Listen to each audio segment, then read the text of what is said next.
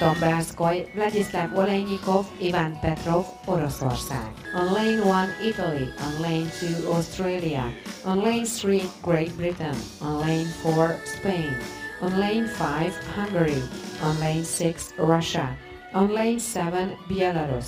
On lane 8, Romania. On lane 9, Bulgaria. Hát én nagyon remélem, hogy harcba lesznek az első helyén is, ebben a pillanatban is indultak.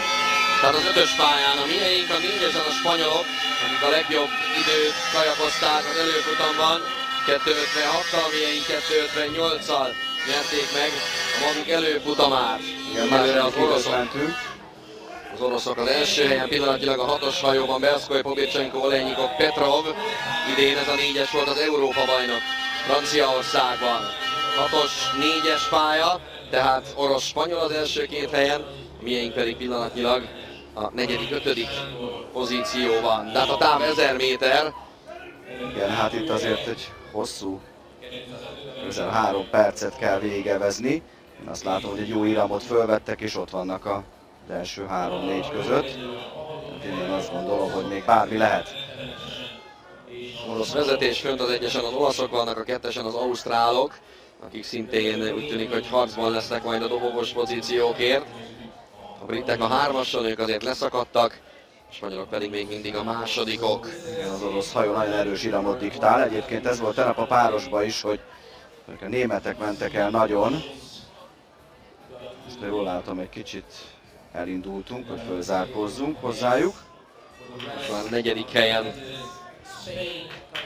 a magyar egység. Nincs német 4-es a döntőben. Igen, ez egy érdekes helyzet, a B döntőben jöttek az előbb.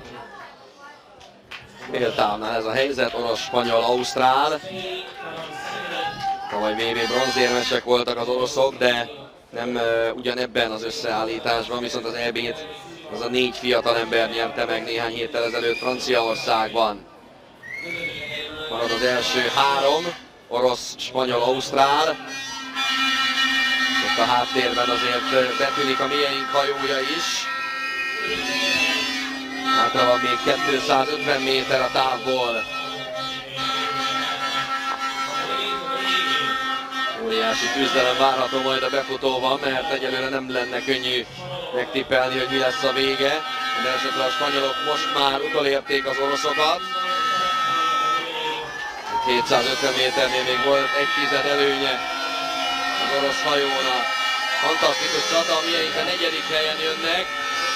Hátra az ausztrálokat valahogy még be lehetne fogni, ők jönnek ugye fönt a 2-esen, a mieink a fehér hajó a 4. pozícióban. Orosz vagy spanyol aranyérem, az a nagy kérdés, és talán a spanyolok tűnnek valamivel frissebbnek. Igen, nagyon nagy csatában, én is úgy látom, hogy a spanyolok egy kicsit elmentek. De ez csak néhány centiméteres előny. Az oroszok is rákapcsolnak, úgy tűnik, hogy ők is tudnak még újítani, de ez spanyol aranyérem. Orosz második hely, az ausztrálok a harmadikok, a mi 4-esünk pedig a 4. helyen érkezik a célba.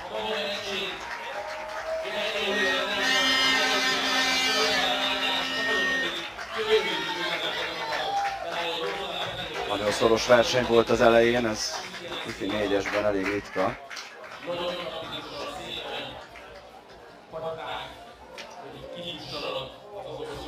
Csalódás, hogy nem sikerült a dobogóra kerülni? Szintén megmondva azt gondoltam, hogy a dobogó az meg tud lenni.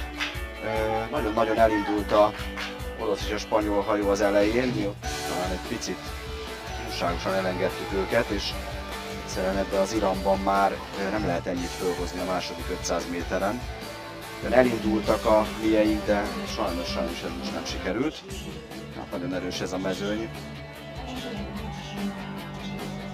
Azt gondolom, hogy ez is nagyon szép eredmény így. Ilyen olimpiai pontokkal lettünk gazdagabbak. Igen.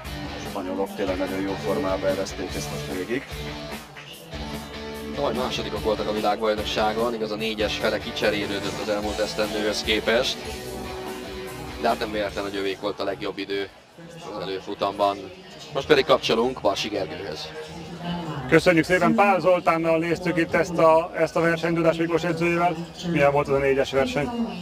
Maroskuti István, aki ugye az ICF első alá.